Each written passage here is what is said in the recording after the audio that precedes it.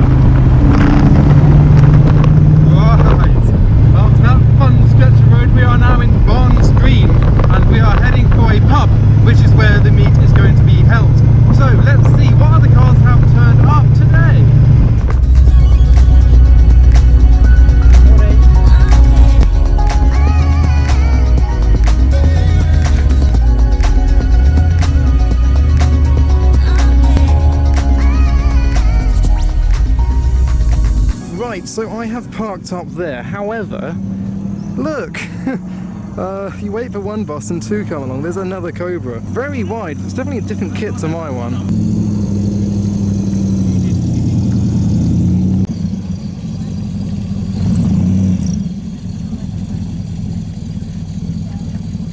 So that other Cobra was a very different kit to my Cobra. Mine is a DAX and I can't actually remember what the other one is. It's a lesser known kit.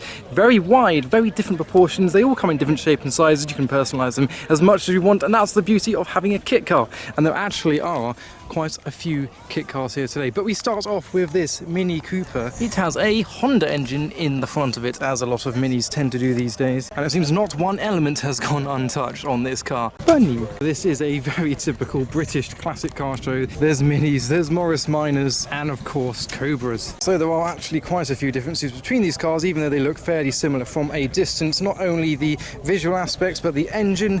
This one has a Rover V8, mine has a Chevy V8, so none of them have the original Ford engine. It's got different overriders to mine, a different stance, a different shape to the body. However, the wheels appear to be identical. And this one is finished in a shade of Lexus metallic blue. But look how wide the body is compared to my one. And this one is on a Q plate, which has been reserved for kit cars in the UK. When they are first registered, they are put onto Q plates, and then you put personalised number plates like I have on mine. Mine's meant to kind of spell AC Cobra. Ah, check out this hot rod coming in. A lot of these roaming around the classic car shows of the UK. I've also found an old Porsche 911 with a ducktail on the back, which is parked next to a Ford Escort RS 2000. It's actually quite a rare car. We've got a Series 1 Land Rover, a Ford Cortina, and an Audi Quattro. And parked next to the Quattro is this glorious Ford GT40 replica. We have some steam powered machines on display and a abundance of MGBs. Ah, just stepped in some...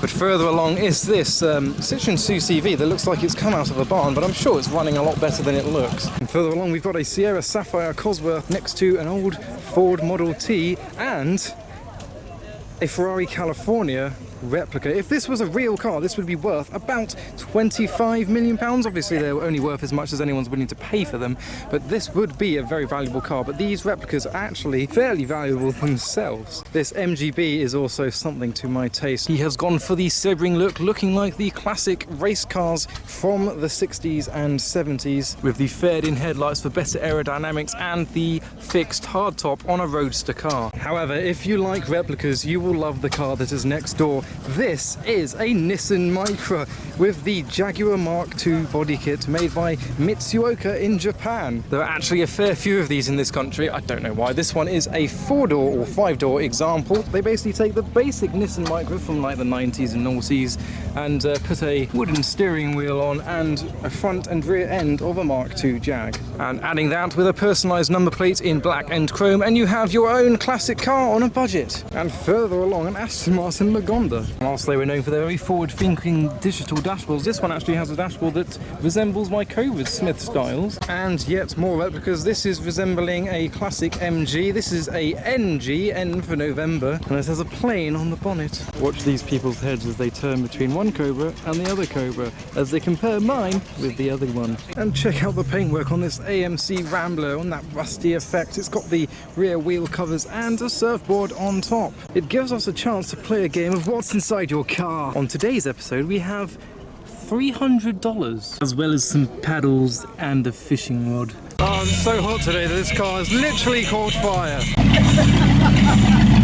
So on the road out the entrance, cars are still piling in, and then this Audi has a princess's crown on his badge. Oh right, we are now not the only two Cobras here. This is replicating a Cobra 289, the narrow-bodied version that we're predominantly seen in the racing series. He's got the side windows in. I do have these windows, but I rarely use them.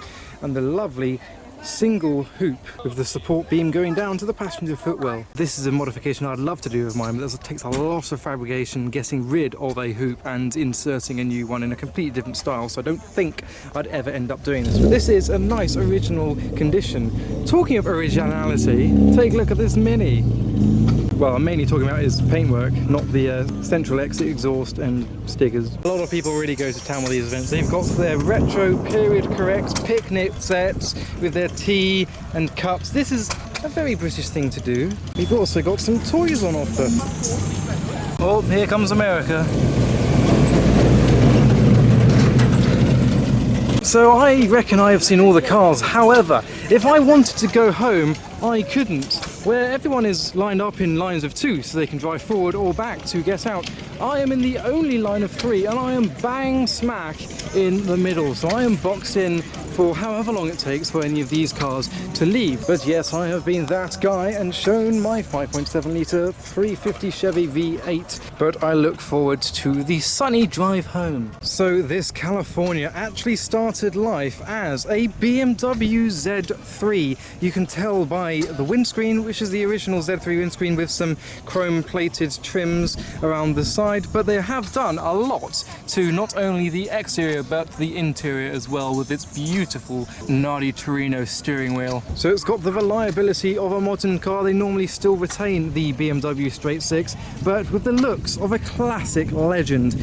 As I said, £25 million buys you a real one of these. One very interesting factor is these, the knockoff spinners on the wire wheels are indeed fake. Like my Cobra, you can see the original wheel nuts or studs for the BMW hub. The craftsmanship involved in some of these 250 California replicas means some of them go for 6 figures. No, it's not a real one. No, it won't sound as good. No, it necessarily won't feel as good, but it will be more reliable, and at that fraction of cost, I am all for replica cars such as this.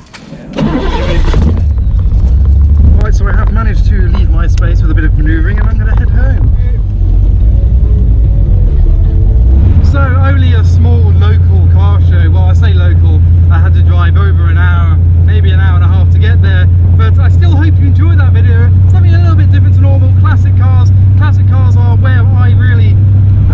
interested in. Modified cars weren't my main interest to begin with, so I love looking around these classics, such as my Cobra and the one next to me as well as the 250 California replica that was on show, and the GT4's replica, and the other Cobra replica.